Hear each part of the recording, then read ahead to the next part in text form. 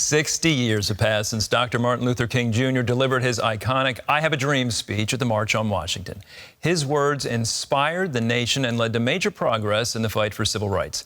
In this anniversary report, we look at what's been accomplished and what still needs to be done to bring justice and equality to all. CBN's Brody Carter brings us the story.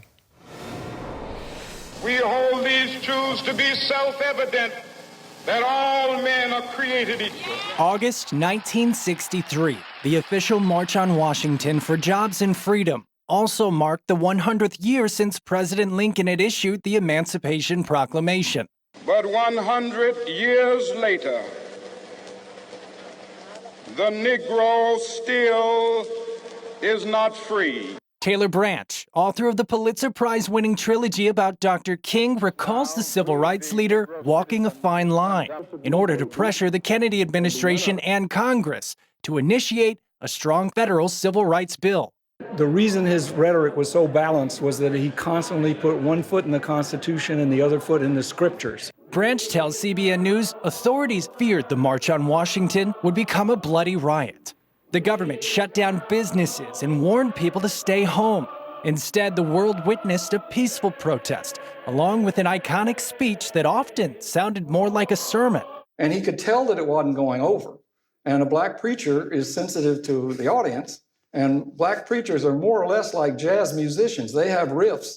One day right there in Alabama, little black boys and black girls will be able to join hands with little white boys and white girls as sisters and brothers. I have a dream today. Other historians like Dr. Jamar Tisby point to those who King learned from and leaned on.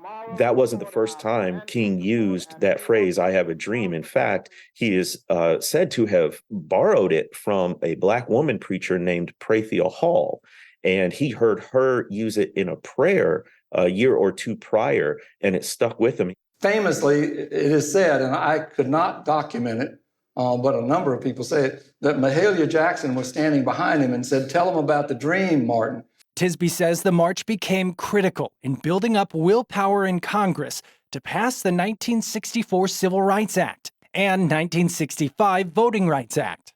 Some believe echoes of Dr. King's charge remain the same today as we face what Dr. King called this generation's fierce urgency of now.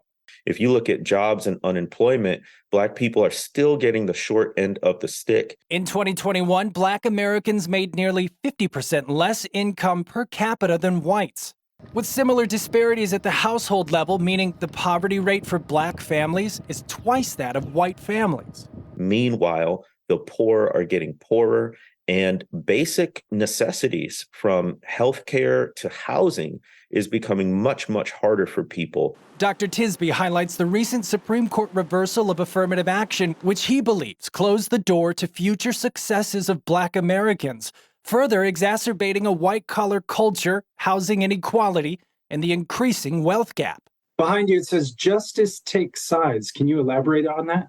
Elie Wiesel, a Holocaust survivor, said, neutrality only helps the oppressor, never the oppressed. And what he's getting at in that phrase is the idea that we can't stand on the sidelines when issues of justice are at stake. At the American Enterprise Institute in Washington, D.C., a traditionally conservative think tank, they're working to discover best practices and policies that build a brighter future for everyone. One thing that you learn about America, if you study it at any length, is that we've always been divided. We're a people of different backgrounds and perspectives, and we're a democracy, and we're cantankerous, and we fight with each other.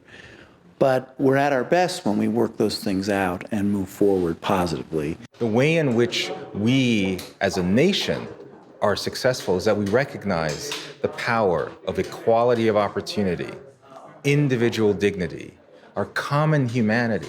Author and senior fellow at the American Enterprise Institute, Ian Rowe, believes one solution is focusing on tools for success instead of barriers. Those are the things that bind us together. The importance of families, faith, education.